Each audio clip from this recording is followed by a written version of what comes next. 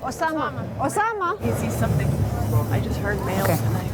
It happens so quickly, we're taken by surprise. Security incident happening right now. And before we know it, we're in the middle of the story we're trying to cover. What are you doing with your phone? Police are responding to reports of a man with a knife. Down this way, I was searching the train and we can't find him, so I'll go back. That orange weapon, a non-lethal rifle.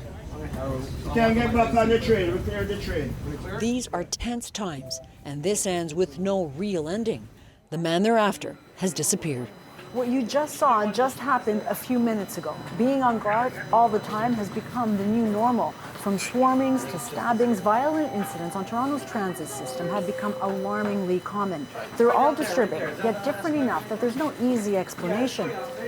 It does point to a bigger social crisis, though, that keeps landing right here on this very public doorstep. There are 80 additional police officers now patrolling the Toronto Transit Commission, or TTC. It's just one part of the response to today's distress call, and to many more.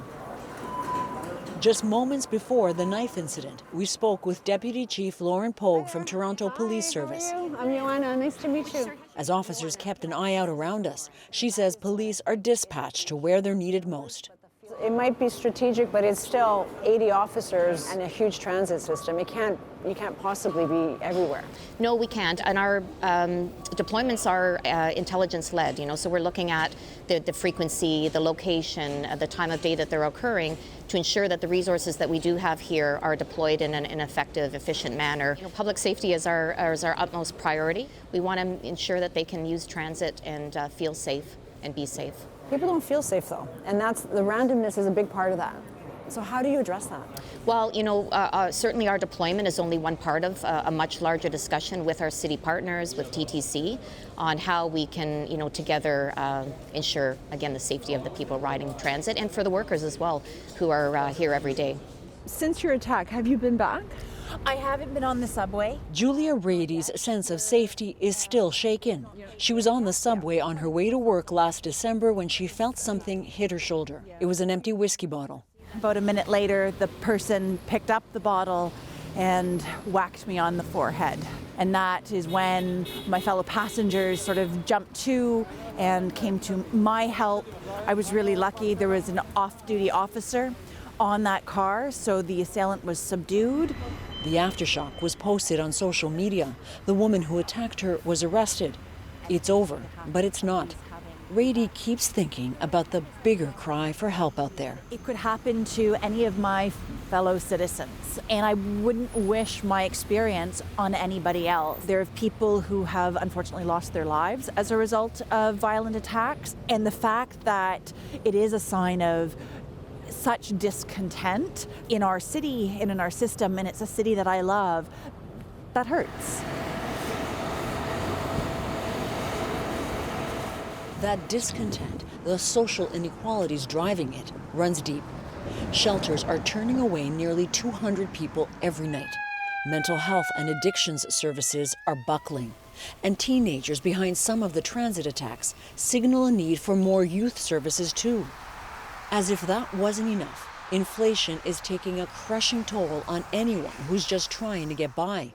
Hi. We asked Jerry Flores for his take. Nice to meet you. I'm Ioanna. I'm Jerry. How's it Flores is a sociologist with the University of Toronto. It was just up the street, right? His office is just steps away from where a woman on a streetcar was recently stabbed multiple times in the head by a stranger. So when you think about what happened to that woman just up here, what does that tell you?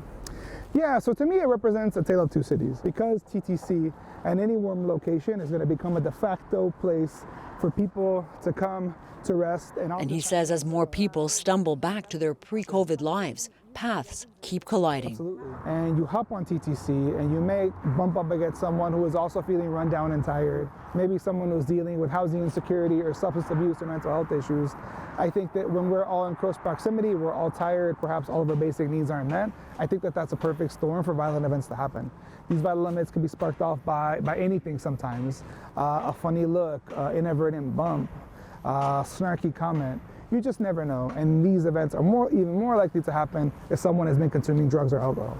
Help keep the TTC safe. The immediate response is evolving by the day.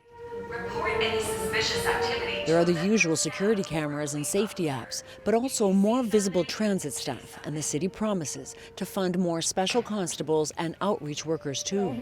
Hi, Mr. Leary. Nice to meet you. Rick Leary runs the TTC. He's been in crisis mode for weeks. It's just been a little hectic. Leary says he feels the weight of responsibility to the public and his staff, who've also been victims of random attacks. What's that like for you to go visit somebody in the hospital who's your staff because they're doing their job? It breaks your heart, is what it does. You know, you see how hard these employees work, day in and day out. And when someone gets assaulted, you know, you get a lump in your throat is what happens, right? Because they're good people. It must be hard to wake up and see yet another incident. And I just wonder what kind of toll that's taking on you and your staff when you're facing this and it feels so relentless. Well, you know, our staff are like our customers. They had concerns. Those high-profile incidents, they were worrisome, and we don't deny that. But again, that's why we did what we did, bringing everybody to the table, asking for help, bringing in specialists. You have a place to go? I know it's cold out there. No, I'm homeless. There's warming shelters. Do you want to go to warming shelters? Police are the most visible part of that help, but this isn't a long-term solution. Okay. Where are you going now? Officers have referred dozens of people to community services in the last few weeks. All right, have a good day, sir. But it comes back to what is waiting on the other side, other than the cold.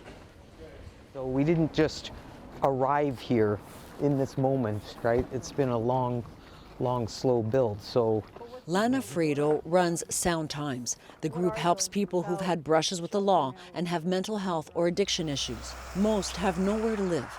And she says many die waiting for subsidized housing or any kind of help. I mean, these are people that slip away quietly.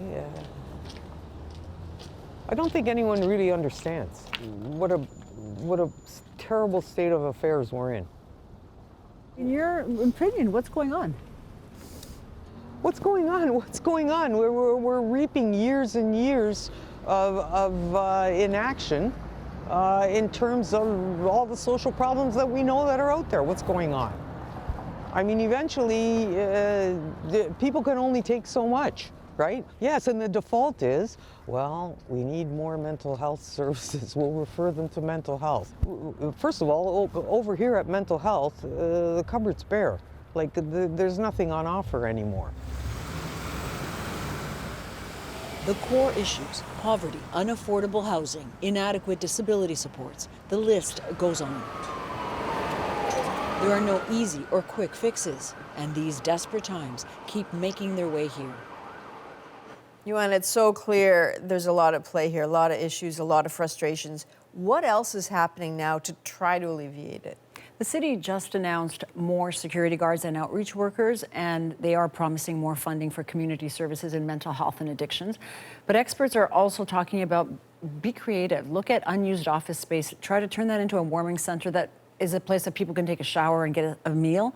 And meeting those basic needs could go a long way. So it's not just this city. Violence is up in transit systems across North America. Is there any indication there that more police make a difference? In New York, the stats just came out, and police there have been patrolling the subways since October, and there's been a 16% drop in major crimes. So for sure, there's an impact. They're reassuring to some people the presence, but they can't be everywhere. So people still do have to be vigilant, but they also have to keep in mind that it's pretty rare. Like, there's 2 million customer rides a day on the TTC, and these incidents are scary, but they don't happen all that often. All right, Ioanna, thank you. Thank you.